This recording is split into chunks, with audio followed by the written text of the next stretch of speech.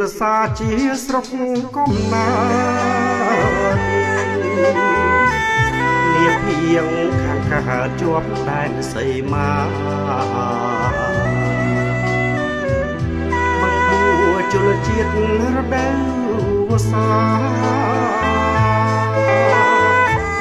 ដំណូលចេញកាកណ្ដាលជលស័យកំពុង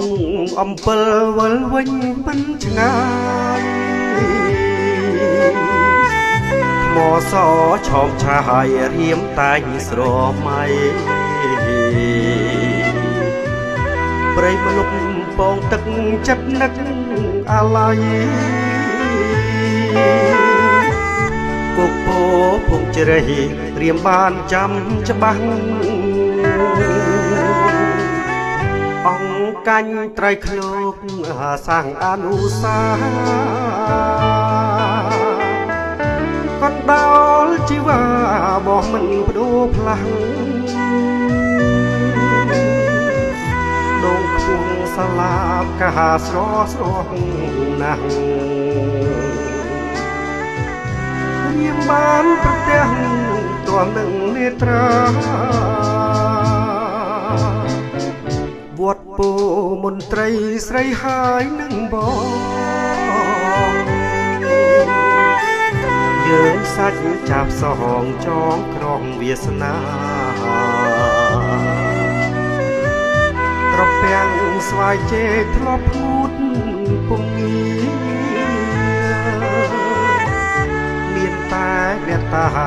បោទេទើបដឹង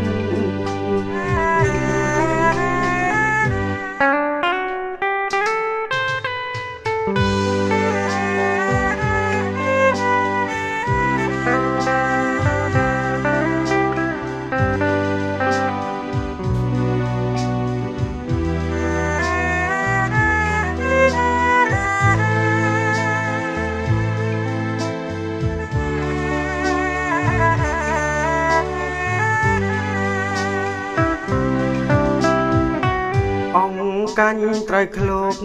សាងអនុសាកណ្ដោលជីវ៉ាបងមិនបដូរផ្លាំង